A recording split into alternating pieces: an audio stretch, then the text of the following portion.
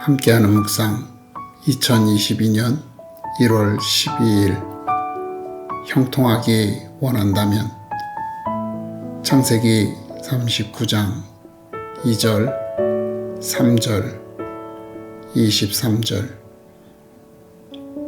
애굽에 팔려온 요셉의 삶에 대하여 성경은 형통하다고 정의합니다. 형통하다는 의미는 모든 일이 뜻과 같이 잘 되어 간다는 것입니다. 요셉의 삶은 반전의 연속이었습니다.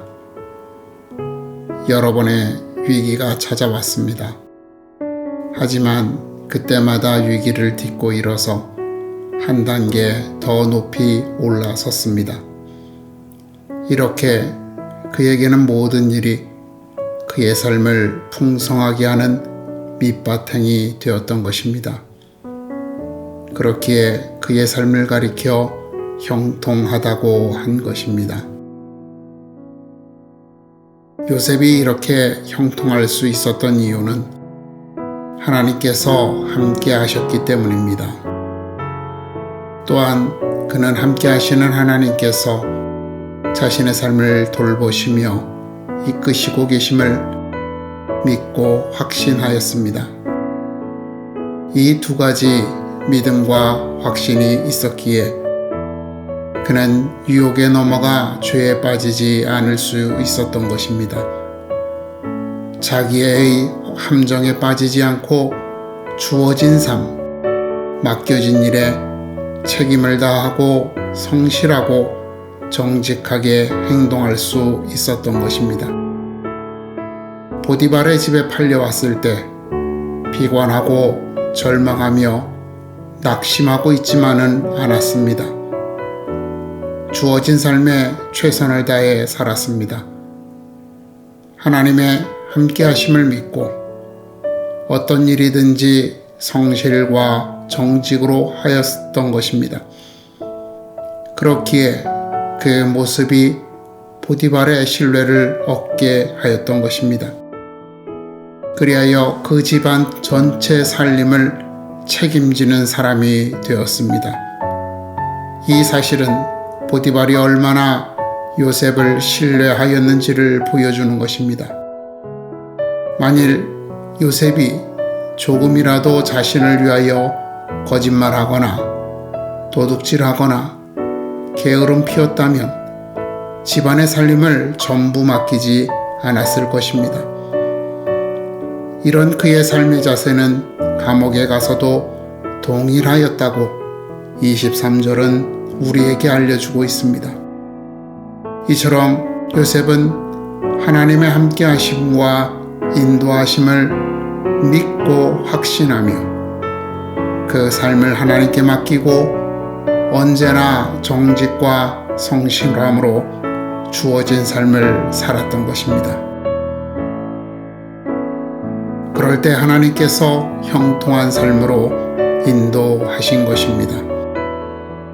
많은 사람들이 형통한 삶, 즉 성공하는 삶을 원합니다. 그런데 그들이 원하는 성공하는 삶은 자기애로 가득한 성공입니다.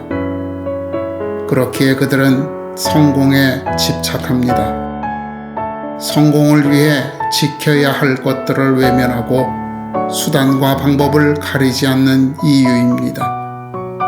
결국 이들은 원하는 것을 이루었을 때 변해버린 자신을 발견하게 될 것입니다. 죄로 가득해진 모습을 발견하게 될 것입니다. 온갖 욕심으로 더러워진 자신을 발견하게 될 것입니다. 그런 자신의 모습을 보며 본 모습을 잃어버렸음을 깨닫고 괴로워하며 비참한 최후를 맞이하게 될 것입니다. 이러한 대비를 이루는 것이 사울왕과 다윗왕입니다. 하나님께서 사울왕에게서 떠나신 것은 사울왕이 하나님의 말씀을 따르지 않고 욕심에 이끌려 아말렉의 양과 소에 기름지고 좋은 것들을 죽이지 않고 노획물로 취하였을 때입니다. 이처럼 욕심에 이끌리는 사울왕의 모습은 다윗을 자기 왕위를 위협하는 자로 여기며 그를 시기하고 죽이고자 하는 집착을 보이는 것에서 절정에 이르는 것입니다.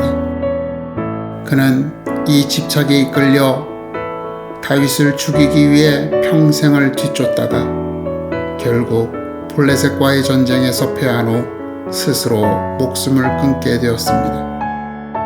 반면 다윗은 자신을 죽이려는 사울왕을 죽일 기회가 여러 번 있었으나 죽이지 않았습니다. 사울을 왕으로 세우신 하나님의 권위, 그리고 하나님께서 세우신 왕인 사울의 권위에 순복하였기 때문입니다.